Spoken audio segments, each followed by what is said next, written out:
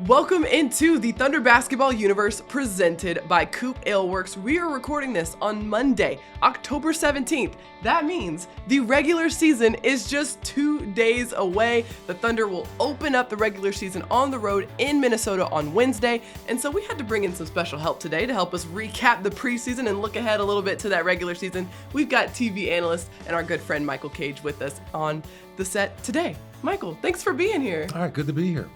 Mike, you getting geared up? You got this weekend now of getting to rest and recuperate, and then the 82-game slog comes at us. Well, a lot of sports going on last weekend besides basketball because it was all quiet from the end of the preseason. So I'm looking forward to the start of the NBA season this week.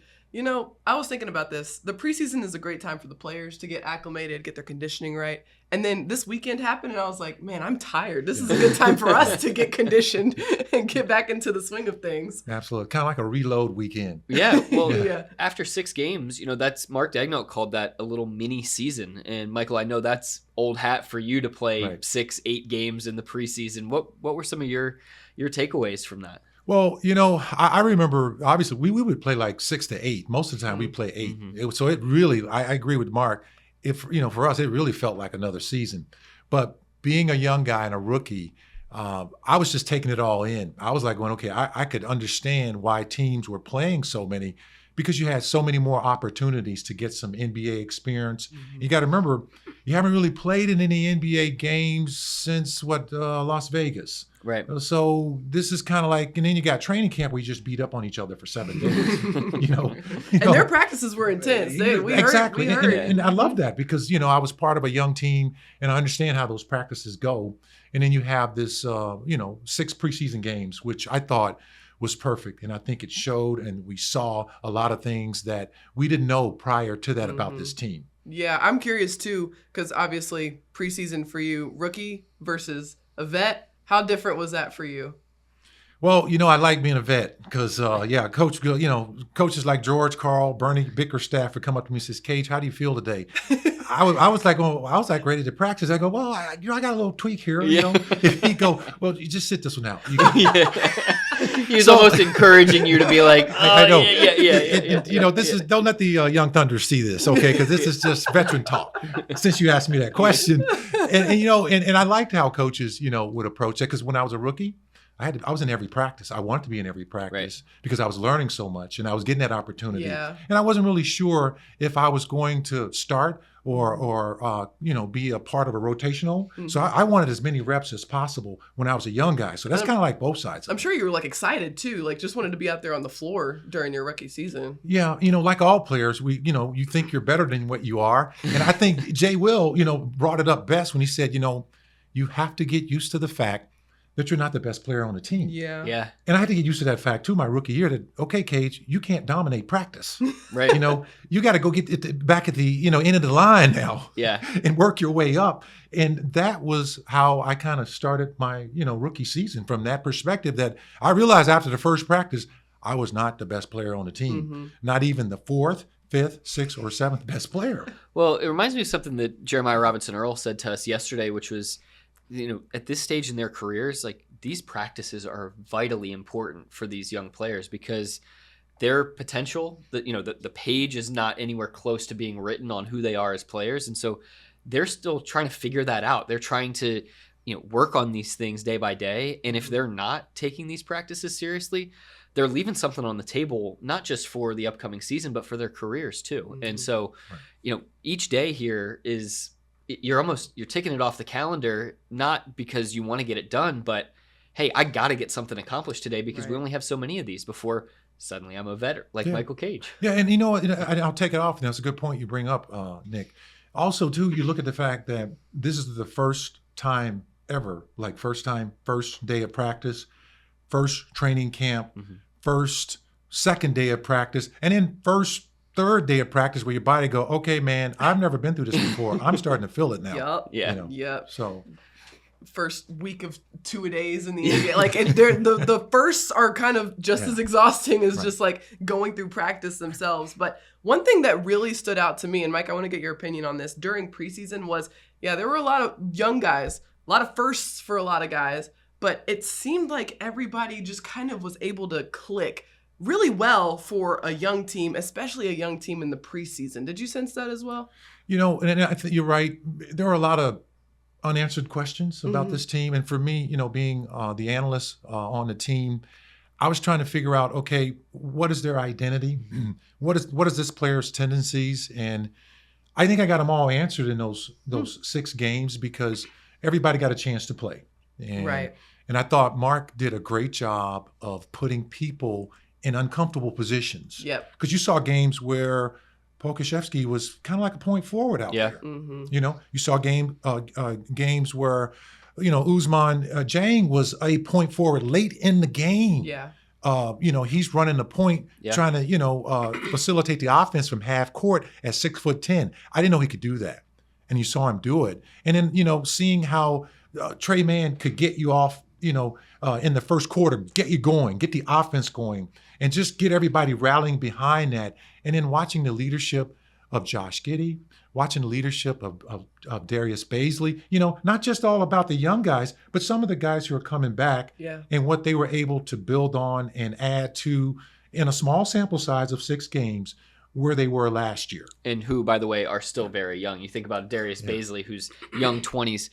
Michael, so the Thunder plays its final preseason game down in San Antonio on Thursday. Well-deserved day off on Friday. The building's closed. Nobody's getting in there. Then practices Saturday, Sunday, Monday, and Tuesday coming up before flying out to Minnesota for this first game of the regular season. As you think back on your career, when you had that gap of days between your last preseason game and the start of the regular season, first of all, about how many days was that typically? Did you get a good full half week or a week in between that, or were you just hitting the ground running? And then what do you do with that time? Well, it was pretty much the same because the league wanted to give teams time to, prepare for the regular season, but also kind of go through a review of training camp because you got to go, okay, let's tighten up our defense, let's tighten up our offense.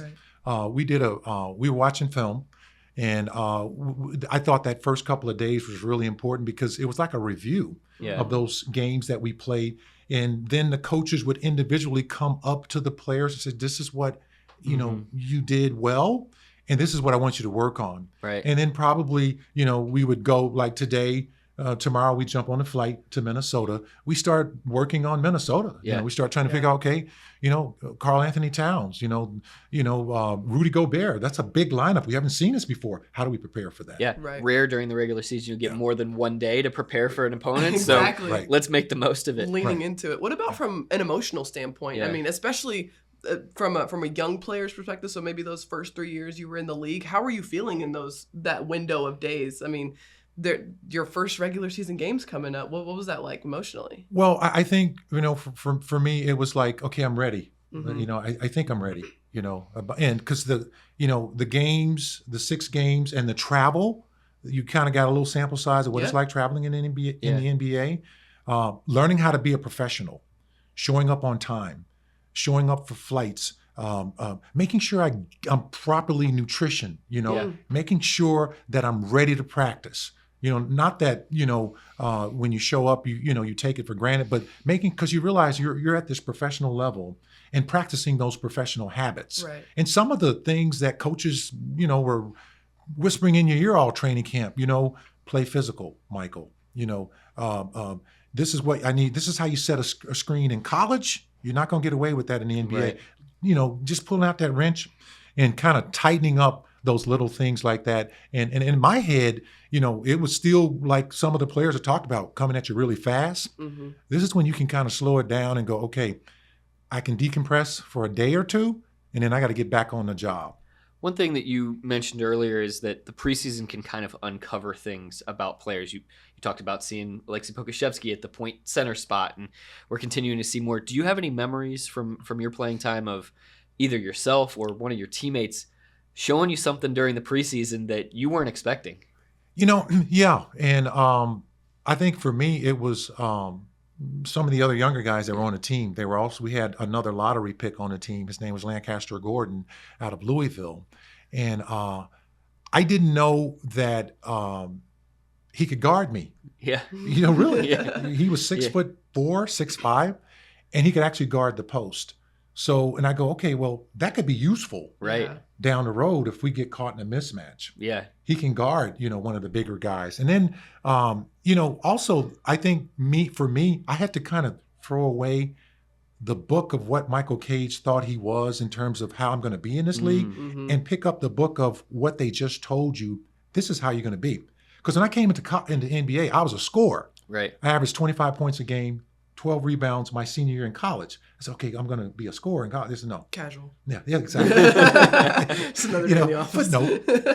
And then they told me, that's not what we want you to do right now. Mhm. We want you to set picks, rebound, get down the floor, and be physical. I was going, well, what about scoring? We'll get to that. So I had to understand it became a role for me.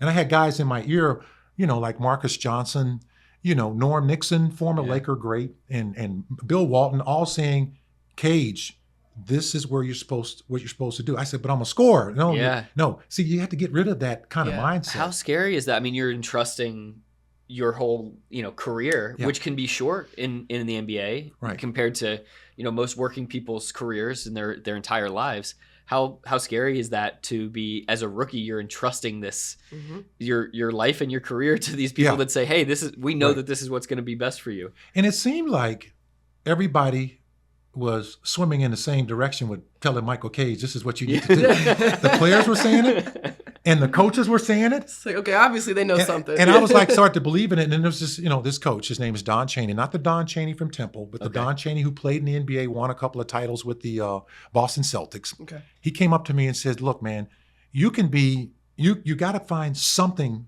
that you're going to base your career off of. He said, you can be a terrific rebounder in this league. You could be a terrific post player. You could be, he started telling me these things. And he said, but you got to start with something. Yeah. He said, I think you can start with rebounding. He said, we got enough scorers on the team. We don't have a lot of guys that want to go get the basketball. And that started my pro career from that coach, kind of reinforcing some of the things that were being told to me in training camp. And I had, like you said, I had to trust him. And I trusted him. And for 15 years, that served me. We've seen that play out for this roster already. I mean, how many guys, like Darius Baisley is a great example of this, where he found his thing, right? And that's defense and That's being that defensive Good stopper. point. And now he is rooted in that. He has really grown his roots deep into that. And so whether he branches off and adds other elements to his game, no matter what, that is a substantial thing that he has that is going to be valuable no matter what. And I think that goes back to something that Mark Dagnall has talked about, which is the Thunder and its staff really tries to walk with its players, right? It's one thing to tell a player, hey, you go do this. Just go, you go stand in the corner, you just focus on rebounding or whatever, as opposed to kind of, Michael, as you're alluding, that you had the institutional support of all the players, all the coaches, everybody was kind of walking that journey with you. And I think for a guy like Darius, as you're talking about Paris and some of these other players who are trying to figure, I think Poku is a great example too. It seems like he's, Marcus talked about him really finding a way of playing. And that's a journey that Poku was with the coaching staff, walking step by step along the last 2 years. And to have that type of institutional support is vital. Yeah. And I think also to add to that, Nick, when you struggle, guess who's going to be there for you too? Those same people. That's a good point. And I had to learn that. I had to trust that, because when you're coming in as a young player, you're thinking, look, man, you picked me. So let me be me. Okay, I get that. But we all have roles. And when you struggle, because you're going to struggle, it's going to happen in a NBA season, your first 2 or 3 years, those same people are going to be there patting you on the back. Those same people are going to be there on the flight going, hey, I got your back. Don't worry. You just hang in there. It'll get better. And I went through that 16, 15, 20 times that season where I struggled. And I thought that I was doing well when really I was struggling. And they just saw it and they were there for me. I think this is interesting because you saying that makes me think. So from the start of training camp to where we are right now, what's that, about a 2 and a half week span? From the time of, hi, I'm Coach so-and-so, to, all right, we're about to play in Minnesota, you've covered so much ground. You've been with that coach, that player, that person for every day, all day for 2 weeks. By the time you're taking off to Minnesota, you probably trust that person so much and feel like, that person's got my back. But it's crazy to think that all of that can happen in 14, 15-day span. Yeah, and you think for some of these players, I mean, going back to Mark Daigneault's history with the organization, you know, he was helping to run draft workouts. So some of these players, their first touch point with the head coach of this team may have been before they even were officially wearing a Thunder jersey, right? And then you get those touch points shortly after the draft, and then at Summer League, and then, you know, voluntary workouts when the guys come in July and, you know, late August, early September before training camp even begins. And you're just continuing to kind of like tick forward in those relationships. And as we know, the coaching staff, the Thunder front office is so good at understanding their players on a human level that those things can inch forward. So by the time you do have that 2.5 week sprint of training camp, those relationships are tight as can be. Right, you're already starting out ahead of the game versus just like meeting somebody for the first time on the start of training camp. So a lot of ground covered for the Thunder, and that's what you get with young teams. You get the chance to cover a lot of ground in a short period of time, which gives us a lot to look forward to for this regular season. So we're going to talk about what we're looking forward to right after this break. Don't go anywhere. COOP Ale Works is the proud sponsor of Thunder Basketball Universe. Brewers of the fan favorites F5 IPA and 99-calorie Ice Chest IPA. You'll find those and many more COOP beers at retailers across Oklahoma. Learn more at CoopAleWorks.com. All right, we've got a lot to look forward to. An 82-game season kicks off on Wednesday, and we've got 6 games worth of information that we can base off of to really lean on what we're most excited and looking forward to starting on Wednesday. Mike, you're the guest here. We got to ask you, after what you've seen during preseason, what you know about this team so far, what are you most looking forward to seeing on Wednesday? Well, I think for me personally would be just watching how they develop, overlapping in terms of experience, first-year players, this year's draft class, last year's draft class, and the year before, and the year before that. Watching all of this come together, I think that's part of a building of a foundation. A lot of times, you know, you see teams when they're in the middle part of their development, but we're here watching really a strong, young, talented group of players all coming pretty much same skill set, but just a matter of how each skill set, the pace they're going to develop at. And you can't really put a timetable on that. You just have to wait that out and see that throughout the season. My turn? Yeah, I was gonna let you go. Yeah, okay. So I think the thing for me is continuing to see how the defense and the ability to flip that switch defensively can be done. Because you think about the second half of that game up in Detroit, you think about the final few minutes of that game in San Antonio when the Thunder's defense really twisted the screws and was able to change the game. That's something that from the very outset of training camp, the Thunder was focused on rebuilding that defense that was, you know, in the top 10 for a good portion of the year last year. You couldn't just come in and rest on your laurels and expect that to happen again. You've got to go out and reinvest in that with some new personnel, but a lot of continuity as well. And so seeing them be able to do that for some stretches, and really for most of the preseason, they didn't let up high point totals really in any of these games, but to be able to do that consistently once the games count is going to be something that I'm really looking forward to. I think these two kind of layer on top of each other. Like, you're talking about the continuity of this group and how the new guys can mesh in with the first years and the returning guys. And you're talking about that defense. That defensive identity for the Thunder has been a foundation since the very outset, right? Like, that's never changed. And so you've got guys who've got this experience of being these defense first minded guys, and all this stuff is layering on top of each other. And we're seeing a group right now, and what we've seen in training camp and preseason, of guys who are physical out there defensively, who are making sure that the opponents feel them on that end of the floor. And it's showing up. It's making a difference. Lawson, let me ask you this. Doesn't it remind you when you were in college, when you were a freshman, you had juniors and seniors on the team, and they could, you know, the seniors could always score on you, and you learn by the end of the year how to not let him score on you, and because everybody likes to take advantage of the freshman. Oh, yeah. You know, so it's really kind of exciting to kind of see this playing out here. I have a very vivid memory of being a freshman, and the senior point guard at the time was told to just like not let me score. Just don't even let her get inside the 3-point line. And it was the most frustrating day of practice of my entire life. Exactly, they did. Of course they did. But like that's the lesson that you learn in those early years. Absolutely. That's what defense looks like. That's how you handle business. Yeah. It's so frustrating at the time, but paid off dividends down the line. Absolutely. What are you looking forward to, Paris? I have a couple.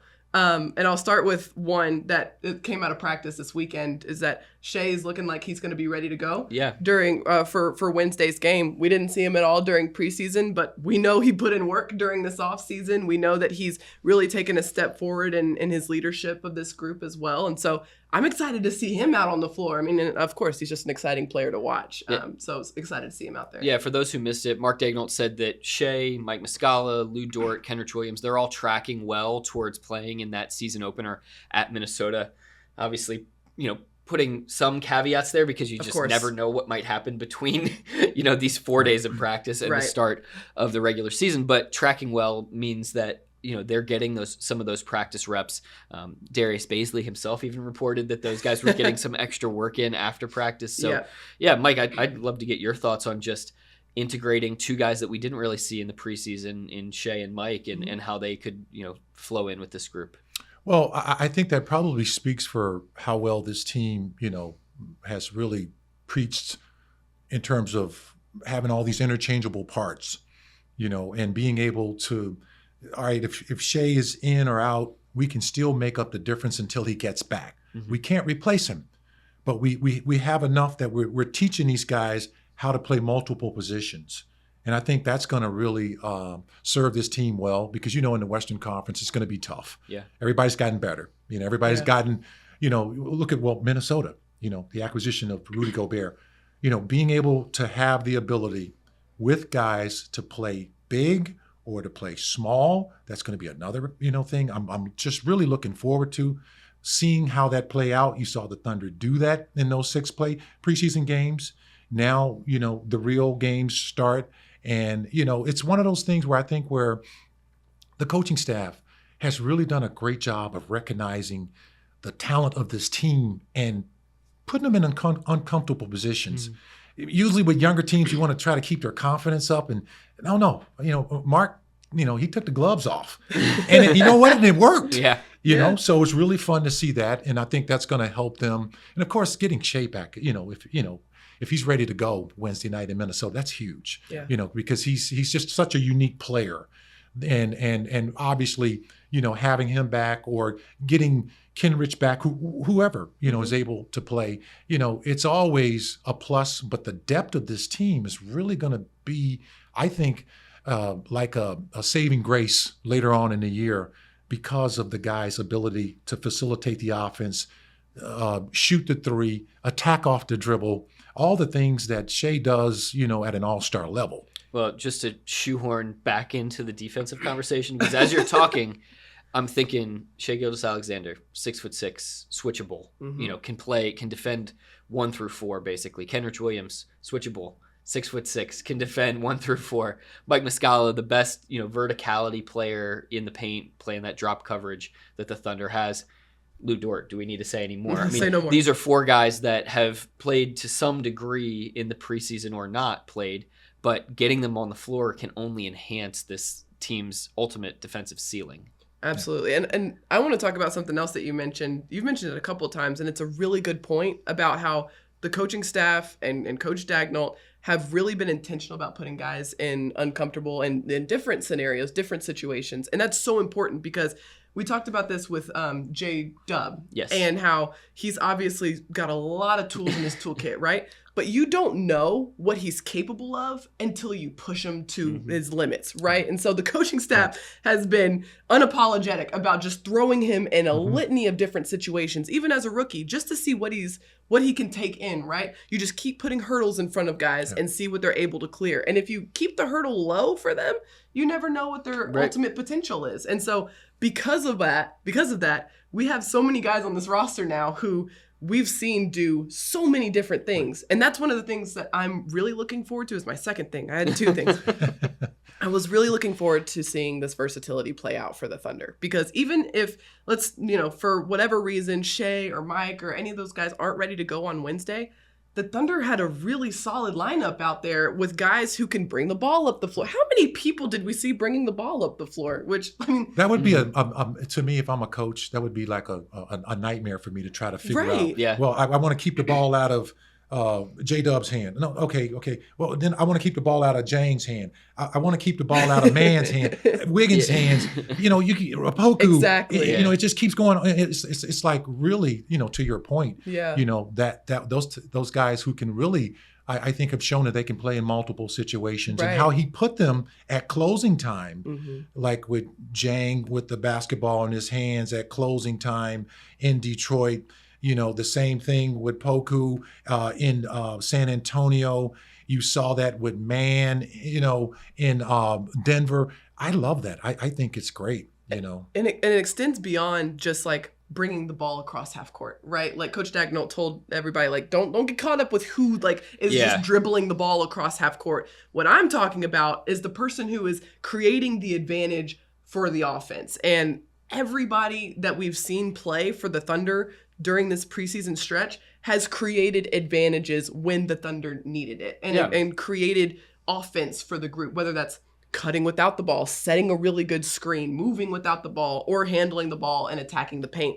So many guys can do that for the Thunder, and that's very, very helpful. And you're going to have nights throughout an 82-game schedule where guys, some of your key guys are not going to be available. Right. And knowing that you've already had that kind of experience of running the offense or pushing the ball in transition or playing out of position because you're just thin that night. Yeah. So your roster, everybody's roster thins out at some point in time during the season, and you're asked to do something that you're uncomfortable with. But I think we've already seen that with this group. Yeah, and you think about guys like Lindy Waters on a two-way deal who played significant minutes last year, so that when that time comes, when the roster does thin, you've got a lot of players who have already built up a minute load in the NBA that lets them feel comfortable just going out there on the floor in rotation minutes. So, Paris, Michael and I had our takeaways, the things we're looking forward to. I'm glad you got an extra shot up to make up for that practice freshman year. Yeah, seriously. Good grief. I tried to block that from my memory now, but it's definitely served me well down the line. So we've all got so much to look forward to during this 82-game stretch, and you can watch that game on Wednesday. And it's going to be at Minnesota, but you can catch it on Bally Sports Oklahoma. The game tips off at 7 p.m. All three of us will be there, along with Chris Fisher, the Thunder's TV play-by-play. And you can listen to it on the radio with Matt Pinto on WWLS, the sports animal. We're going to take a short break right here, but don't go anywhere because we have a brand new segment called In the Know with a very special guest that you're not going to want to miss.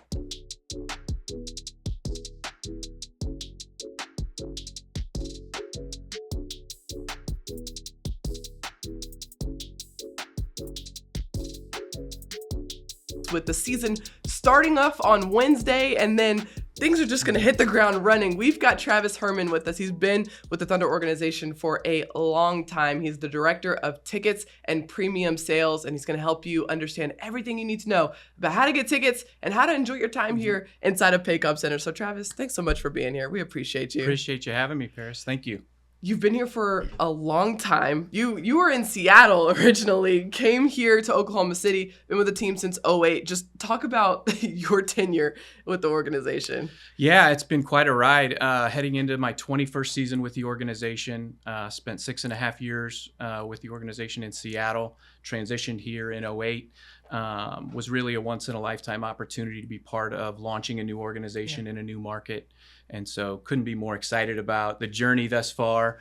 21 years is a lot, but really excited for what the future holds. Yeah, and obviously you've seen Oklahoma City grow and blossom over that long stretch since 2008. And I imagine you've also made a lot of relationships as well and met a lot of people. Just I'm curious about what things have looked like in terms of how things look different between ticket sales in 08 to ticket sales Yeah, now yeah. in 2022? Yeah, when I first started in 02, everything was paper. Digital was a dream at that point in terms of some of the technology. Even things we take for granted right now, like CRM systems, to be able to really truly capture and understand information that your clients and your sponsors and your partners and everybody really value, whether it's birthdays, anniversaries, children's names, any of those things that really give you an insight to what they're looking to get out of the relationship. Really didn't exist, or was actually kind of housed in a ticketing system that wasn't built for that. And so it really didn't give you a great opportunity to make that data actionable. And so as technology's evolved, as kind of the ticketing process has evolved, it's really been amazing to see those strides and how we can be better equipped to create the most custom and impactful relationships with our accounts, whether that's a professional account or whether that's a family of four. Yeah, those relationships are so important. And Thunder fans in particular, we talk to so many, we go to see other arenas. We talk to players all the time. And the one thing they say is Thunder fans, they're just different, right? They're a special, special group. And you've seen them since 08. Just what are your thoughts on just Thunder fans in general? Yeah, it was such a pleasant surprise, having kind of grown up with that Midwest warm outreach from the community, spending 6 years on the coast, a little bit more transactional, not quite as warm, but getting here to Oklahoma City, it's been amazing to see just the relationships that are formed very quickly, the warm welcome that the team got and the organization got, both on the basketball and business side. And so couldn't be more excited about just, the opportunity and the relationships that have been kind of fostered and to watch them grow here as we kind of go through our first cycle here in Oklahoma City. Yeah, I'm curious too. Over your tenure, you've also gone through a wacky time called the pandemic. And just like these last 2 years, which, we had a whole season where fans weren't able to be in the arena. Last season, fans were able to come back, and this season as well. Just what was that period like, adjusting with all of that? Yeah, it was, challenges that you couldn't plan for, certainly across the board. But to see the way that the organization and the community, both in their own ways, were able to transition and adapt to those environments was great. We didn't have fans, as you're aware, for almost a year and a half, but finding ways to engage digitally with the watch parties and the team in the bubble going through the playoff situation and being able to moderate some of those rooms and work with the fans while they were at home, with their family, all thundered up in their blue. Getting a chance to engage and really support the team was something else to go through that. And then candidly, just a little jealousy the next season when unfortunately we didn't have fans, but some of the other NBA teams did, and colleagues around the country, had some limited fans in their buildings, but couldn't be more excited for kind of last year getting a little bit back to normal, and then having the opportunity as the season went on to really transition and use that as a jumping off point to create some amazing environments of what we expect to be in Paycom Center this year. It was great seeing how fans were still able to engage in the games even though they weren't in the building, but there is nothing like being inside of Paycom Center in this arena during games.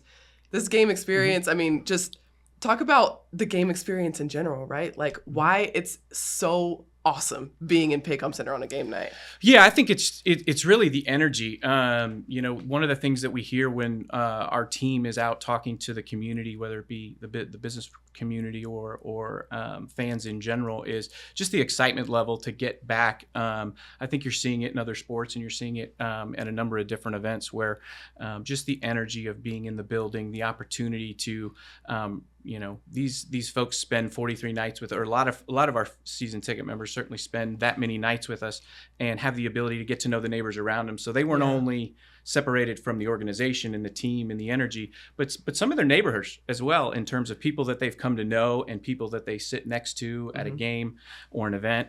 And so I think those are the things that you really miss and you value. And obviously, John Leach and our events and entertainment team do a fantastic job of bringing new elements to the show each night.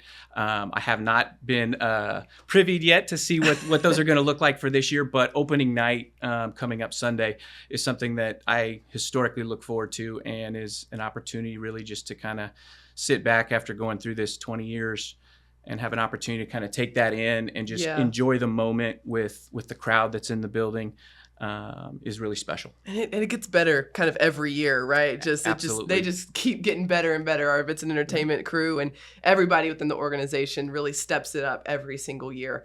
You mentioned something that I think is so interesting and kind of specific to Oklahoma, where it's not just people in Oklahoma City that are coming to these games, right? Me and Nick were up in Tulsa for our annual game at the BOK Center, and there were some what we call bleed blue Thunder fans out there. Fans travel from everywhere to come to these games. Yeah, we were there as well, and it was great to be back in Tulsa, in that community that continues to offer great support for the organization year after year. That was a great environment, a great game. Opportunities to engage with our business relationships and our personal relationships there in Tulsa. That's an event that we actually take on and we sell internally. A lot of other NBA teams might outsource some of their out-of-market preseason games. That's one of the ones that we really hold dear in-house.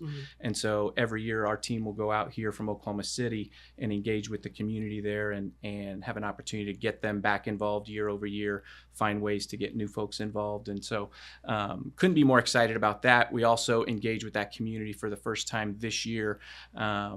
We have a field trip day event that's going to happen on January 24th of 2023 in the Paycom Center, in the BOK Center, where we're really excited to host elementary and middle school kids with a STEM-based curriculum program and host them out for a field trip, which is something we've done here in Oklahoma City for years, but we're really excited to bring it to Tulsa. Oh, field trip days are the best. So much fun. Thousands of youngsters. It never gets more loud than in those environments. There's no question about it. That's incredible. And I also wanted to ask you, I mean, season ticket members, you've been here since 2008. There are season ticket members that have been with the Thunder since 2008, which is incredible to think about. Yeah, it is. It's really a testament to the support that the organization's received. I believe the number is around at or above 78% of our current season ticket members have been with us since 2008. Wow. And so just a big, shout out and kudos to them for all the support. Because you can't do it without the fans. There's a great spot in the building if you've not walked the 100 level concourse, where we have all of those names designated on a board. And so the season ticket member wall is always a popular photo spot when you come out to games. That's really cool. And I know people love seeing their names up on that board representing, of course. Okay, so we got to talk about what the fans need to know this season, right? There's season tickets. There's obviously single game tickets as well. What do Thunder fans need to know if they want to come to a game this season? Yeah, I think one of the things that I'm really proud of our group for doing is, dating back to pre-pandemic, we really started trying to understand how we could right-size a ticket plan for the fans. And so for some, that means season tickets in the traditional sense and coming to every game or using those tickets and those opportunities to entertain clients, spend time with their children, their family, whatever the case might be. But we really started to find that, people, especially after the pandemic, people's, lives changed and preferences changed. And so we really try to create flexible ticket options. And so we absolutely still offer season tickets, but we've created membership opportunities for 10 or 20 games. We have flexible ticket plans that allow families to come out 3 or 4 times a year, maybe specifically on weekends for our Tulsa crowd that we were talking about, that we will continue to do. And so what my team really tries to do is sit down, speak with the fans, understand their particular situation, whether it's business related or personal related, understand what they're trying to get out of their time with us, because there's a lot of different elements that you can get, or a lot of different results that you can pursue. And so we talk a lot about return on objective as opposed to return on investment. And so, if I want time with my sons, I might invest in a 4-game weekend plan to bring my sons out and have time with them. Or if I'm a small business, I might look at an opportunity to do my holiday suite, rent a suite and do a holiday party here. And so we really spend a lot of time trying to understand the needs and the wants and the results that our the public is looking for by using Thunder tickets, and then design a package or create a package that fits that to a T, so that they're getting the most value from their investment with us. A lot of options, Yes. and needs to fit any sort of want that you might have. I'm curious because obviously we work in the business office. We see our ticket reps all the time. Yeah. These are incredible people. They're so nice. If people call up the Thunder and they're going to talk to a ticket rep, what are they going to get? They're going to get some, because I think they're going to get some really nice people to talk to. Absolutely. We've got a great group that, range from, fresh out of college on our inside sales team up to other professionals, in their mid-30s that have been doing this for more than a decade. Yeah. And so we've got a lot of great people that are eager to take your phone call, are eager to have a great conversation. I think one of the things that we try to be different with is not your car sales type of experience, but more just like, let's sit down and have a conversation. Let's understand what it is that you're after. What are your goals? Ask you a few other questions to try to understand, areas of the building you might like to sit, and then try to right size a package or a ticket plan or a hospitality option that fits your needs. Love it. And they're so kind. Everybody in this business office is just incredible, and they're going to take really good care of you. All right. So if Thunder fans want to get a ticket, where can they go? Do they need to go online? Should they call? What do you think they should do? Yes. All of the above. All of the above, yes. 208 Hoop is a great place to start if you're more of somebody that wants to talk through options. Like I said, have questions, want to get more information. Others can go to the website and start there on the tickets page, and you can learn a lot. A lot of people like to do a lot of research before they're ready to purchase, and that's great. We encourage that, and we want to make sure that we're supporting that by keeping the website updated with all the relevant information. But at the end of the day, there's opportunities to engage with the Thunder, working with me or one of my staff, or doing it all online because that's the way that you want to go, or that's the most convenient for your family. And we're excited to have you either way. And I know Thunder fans are so eager to be in the building. Sunday, that's the regular season home opener against the Minnesota Timberwolves. You're going to want to be in the building for that one. This is an exciting young team. I know you're excited about the season as well. Yeah. That's the other thing that I think if we can jump into the team side, of course, just for a minute. But I think people are excited about the young group that we have and getting a chance to see them. And so I think people will be in for some very good basketball. Oh, of course. And we've seen 6 games worth of preseason. These guys are getting after it in practice. They're getting after it in the gym as well. And another thing, too, these guys have been out in the community this offseason. So you might have seen them around town already. You get to see them on the court as well. So, Travis, this is such helpful information. Thank you so much for your intel and your expertise. We appreciate it. And so if you know somebody who is interested in buying tickets, if you want somebody to come to a Thunder game, be sure to save this episode, send it to them so they have everything that they need to get themselves into Paycom Center on Sunday.